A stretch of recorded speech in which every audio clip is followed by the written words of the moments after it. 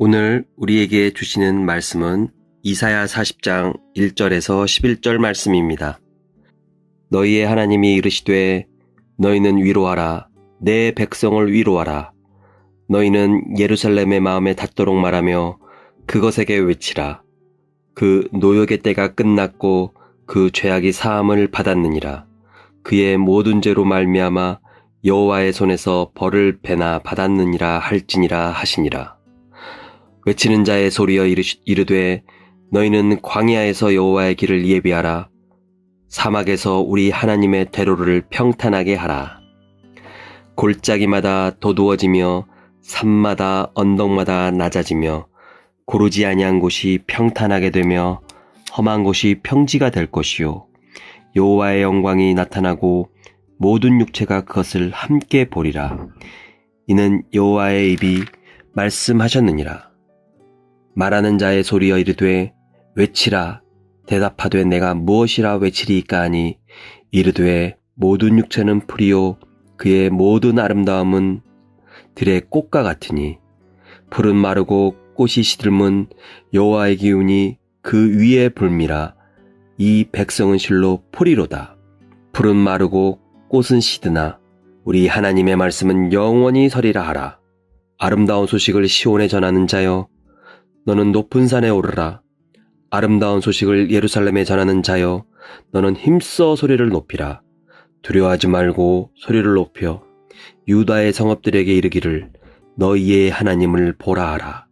보라, 주 여호와께서 장차 강한 자로 임하실 것이요 친히 그의 팔로 다스릴 것이라.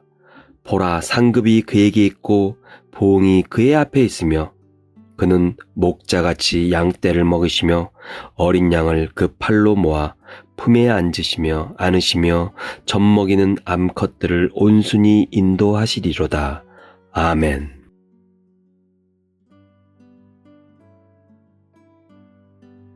방금 읽은 이사야서는 크게 두 부분으로 구분이 됩니다. 1장부터 39장까지의 전반부는 남유다의 심판을 예언하고 40장부터 66장까지의 후반부는 남유다의 회복을 예언하지요. 오늘 본문 40장은 후반부의 첫 시작입니다. 그 첫 출발은 오늘 본문 1절에서 내 백성을 위로하라고 하시는 하나님의 말씀입니다. 이것은 이제는 내가 내 백성을 위로하겠다고 하시는 하나님의 외침과도 같습니다. 이때 하나님은 여전히 남유다를 내 백성이라 부르십니다. 하나님이 그들을 끝까지 버리지 않으시며 그들에게 위로를 주시는 것은 그들이 내 백성이기 때문이지요. 오늘 우리도 마찬가지입니다. 우리도 하나님의 소유된 하나님의 백성이지요. 따라서 하나님은 오늘 우리에게도 당신의 위로를 주십니다. 그렇다면 우리는 어떻게 하나님의 위로를 누릴 수 있을까요? 오늘은 그것을 함께 생각하겠습니다. 본문의 말씀을 통해서 우리가 하나님의 위로를 누리는 방법을 세 가지로 생각해 보겠습니다. 첫째로, 나의 마음을 지킬 때 하나님의 위로를 누릴 수 있습니다. 본문 3절로 5절은 주께서 오실 길을 예비하라고 말씀합니다. 그 길은 골짜기마다 도두어지고 산과 언덕마다 낮아져서 고르고 평탄해진 대로이지요. 이 약속은 신약의 세례 요한에 의해서 성취됩니다. 누가복음 3장에서 세례 요한은 본문 3절로 5절의 내용 그대로 주님이 오실 길을 예비하지요. 그런데 세례 요한이 하였던 구체적인 사역의 내용이 무엇입니까? 백성에게 회개의 복음을 전하고 회개의 세례를 베풀어서 백성의 마음을 하나님께로 돌리는 것이었습니다. 결국 깊이 패인 골짜기는 도두고 또 높이 솟은 산과 언덕은 낮추어서 주님이 오실 평탄한 대로를 예비하는 것은 백성의 마음을 준비하는 것이었습니다. 우리도 마찬가지입니다. 우리의 마음은 때로는 골짜기처럼 패이고 때로는 산과 언덕처럼 높아집니다. 지각 변동, 침식, 퇴적, 풍화와 같은 여러 가지 요인들 때문에 골짜기와 산과 언덕이 생기듯이 우리의 마음도 인생의 여러 가지 요인들 때문에 때로는 깊이 패이고 때로는 높이 솟지요. 그럴 때마다 우리의 마음을 평탄한 상태로 지켜야 합니다. 깊이 패인 마음은 은혜로 돋우고 높이 솟은 마음은 겸손히 낮춰야 합니다.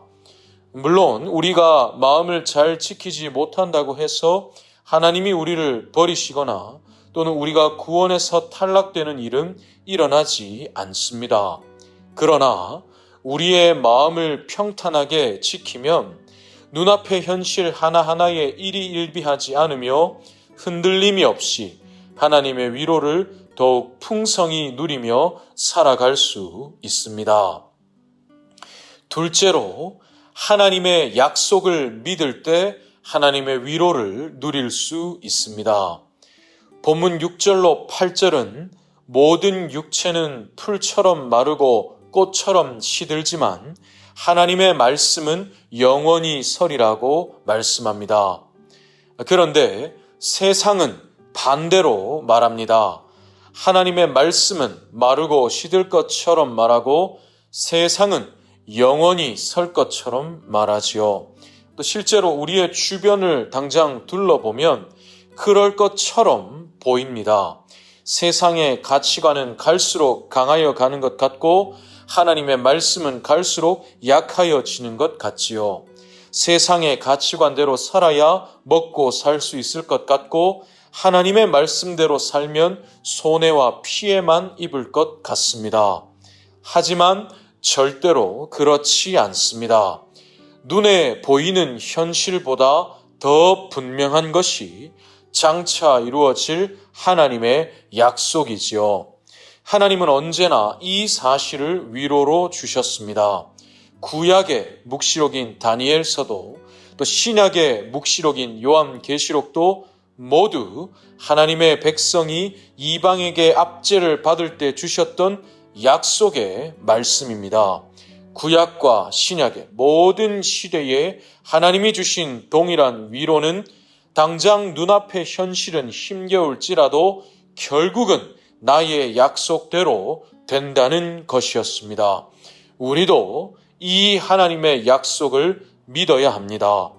푸른 듯 하지만 말라버릴 세상의 가치관을 따르지 않고 또 고운 듯 하지만 시들어버릴 인생을 의지하지 않고 영원하고 완전한 약속의 말씀을 붙들어야 합니다. 그렇게 할 때 하나님의 위로를 누릴 수 있습니다. 마지막 셋째로, 하나님의 인도를 믿을 때 하나님의 위로를 누릴 수 있습니다. 앞서 보았던 두 가지 대지는 그 바탕에 한 가지 공통적인 요소가 깔려 있습니다. 바로 기다림입니다. 우리가 우리의 마음을 지키고 또 하나님의 약속을 믿는 것은 모두 기다림을 위해서입니다. 이 땅에서 우리가 보내는 모든 시간은 기다림의 때입니다. 하나님이 모든 뜻을 성취하시고 모든 역사를 완성하실 때 비로소 우리의 기다림은 끝이 납니다. 또 그런 종말론적인 기다림이 아니더라도 우리의 인생은 순간순간이 하나님의 은혜를 기다림의 연속이지요. 하지만 우리는 이 기다림을 온전히 감당할 수 없습니다. 조금만 내 뜻대로 안 돼도 실망하고 좌절하고 또 조금만 내 뜻대로 안 돼도 불안에 쌓이지요.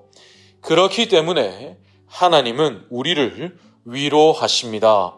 본문 9절로 11절에 내가 강한 팔로 너희를 다스리고 목자같이 너희를 먹이고 안을 것이다 말씀하십니다. 내가 너희를 인도하리니 너희는 나를 바라보라는 것이지요. 사랑하는 여러분, 우리가 기다림의 여정을 걸어갈 때 하나님은 우리를 홀로 두지 않으시고 친히 인도하여 주십니다. 우리가 이 사실을 인식하든지 못하든지 상관없이 우리를 친히 인도하여 주십니다. 따라서 우리가 이 하나님의 인도를 얼마나 인식하느냐에 따라서 우리가 하나님의 위로를 얼마나 풍성히 누리느냐가 좌우됩니다.